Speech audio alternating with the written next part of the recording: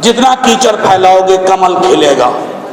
आपका कमल कीचड़ और पानी में नहीं खिल रहा है, ये आग में खिल रहा है। पृथ्वी पे धर्म पहले नहीं आया, भगवान नहीं आए, इंसान आए। इंसान को धर्म में और भगवान में बांटने का काम किसी इंसान ने किया।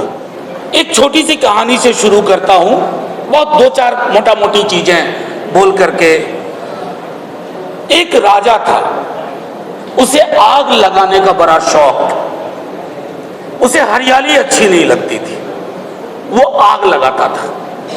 और कमाल थी कि उसके पास बाकी चीज की कमी हो जाए, एक जेब में पेट्रोल और दूसरे जेब में लाइटर हमेशा हुआ करता था।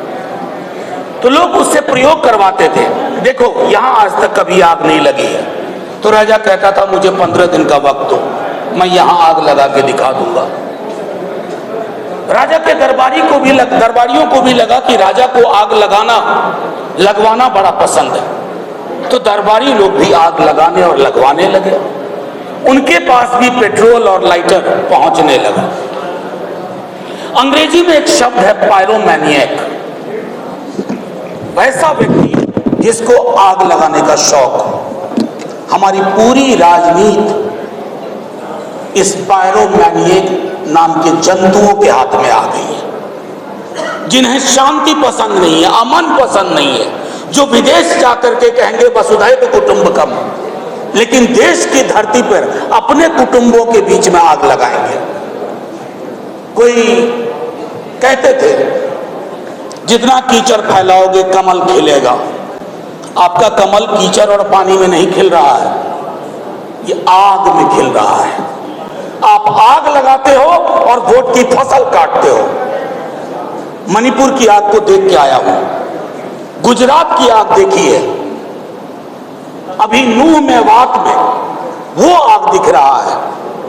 सतपाल मलिक साहब आए नहीं, उन्होंने एक बात कही हाल के दिनों में कि 2024 election is going to be the most violent election in the memory of India.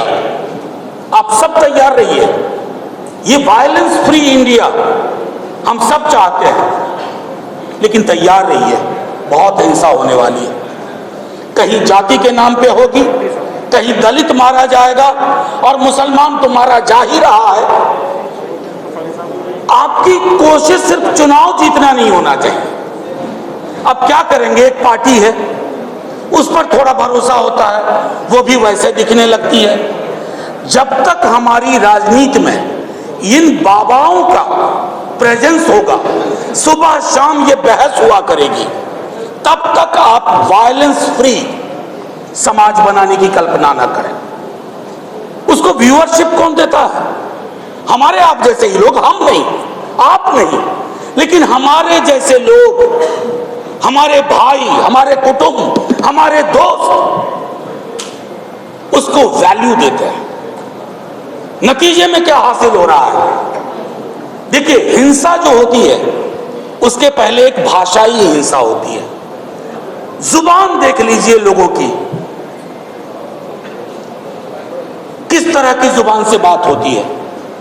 मैं नहीं कहता कि पहले दंगे नहीं होते थे, पहले भी होते थे। जब हम छात्र जीवन में थे तब भी दंगे होते थे। मैं रांची में पढ़ता था, रामनवमी के दौरान दंगे की आशंका होती थी, रांची और जमशेदपुर में। लेकिन तब दंगा करने वाले सहमते थे। आज दंगा करने वाले को पता है कि मंत्री पद उसके लिए उपलब्ध है, वो दंगा करेगा, उसकी पॉलिटिकल प्रीमियम बढ़ेगी। दंगा और हिंसा हमारे समाज में नॉर्मलाइज हो गई है, ये चिंता का विषय है। जिस दिन उस व्यक्ति चेतन सिंह ने गोलियां मारी ट्रेन के अंदर, मैंने 10 मिनट के अंदर कहा था कि लोग इसको विक्षिप्त बताएंगे। ऐसा हुआ भी, लोगों ने कहा मानसिक रोगी है, डिप्रेशन में चल रहा था। आपने करोड़ों की तादाद में ऐसे मानसिक रोगी इस देश में पैदा कर दिए हैं। हमारी कोशिश है कि उनको मानसिक रोग से निकाला जाए, और ये तब तक नहीं होगा जब तक हम लड़ाई अलग अलग लड़ेंगे।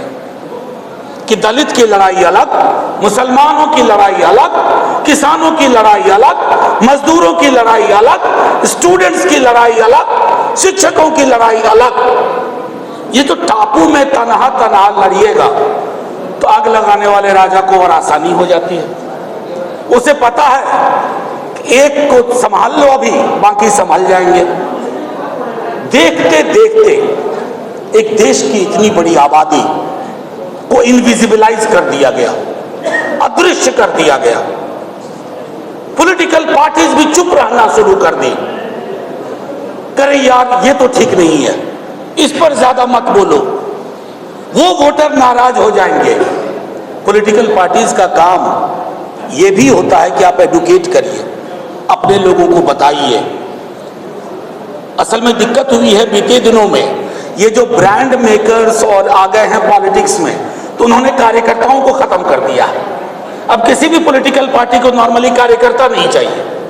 वो कहीं विदेश से पढ़ा हुआ कोई एक बंदा आएगा, उसके साथ 15-20 लोगों की टीम होगी और वो पीआर का काम देखेगा। तो कोई पॉलिटिकल पार्टी हो जो कार्यकर्ताओं की गर्व से निकली है, उस पार्टी में भी कार्यकर्ताओं को उस रूप में नहीं देखा जाता जैसे अब तक। मैं सिर्फ इतना कहूंगा कि साथियों, प्रेस के दोस्त, मुझे पता है कि अंग्रेजी में एक कहावत थी, if it bleeds it leads, यानी खून बहता है तो पढ़ा ज्यादा जाता है। मैं प्रिंट के दौर की बात करूं, लेकिन ये खून आपके दरवाजे तक पहुंच गया है, ये मेरे दरवाजे तक पहुंच गया है। कहानी मुसलमान से शुरू हुई थी, अब इस देश में कोई महफूज नहीं है। मणिपुर में वो जो वीडियो आपने देखे होंगे, सोच के देखिएगा एक बार, 1 मिनट के लिए रात में सोते वक्त, ये मेरी बेटी हो, आपकी बेटी हो, मेरी बहन हो, आपकी बहन हो।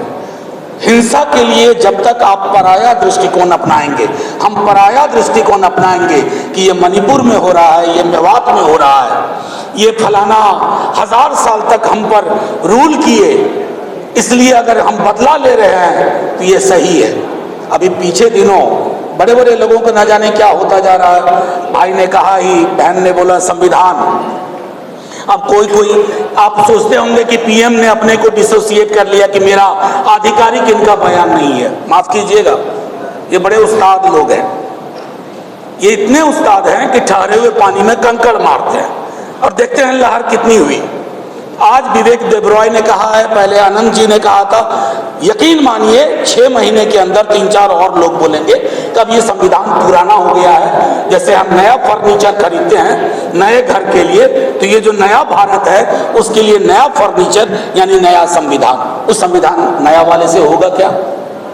उसमें प्रस्तावना की जगह सेंगोल होगा, और जैसे ही प्रस्तावना की जगह सेंगोल हुआ, हमारी सारी लड़ाइयों की संभावनाएं खत्म। अब मैं आखिरी टिप्पणी करके, मैंने उनके साथ काम भी किया है, बड़े नेता हैं, बहुत हमेशा मंत्री ही रहे, गुलाम नबी आजाद साहब।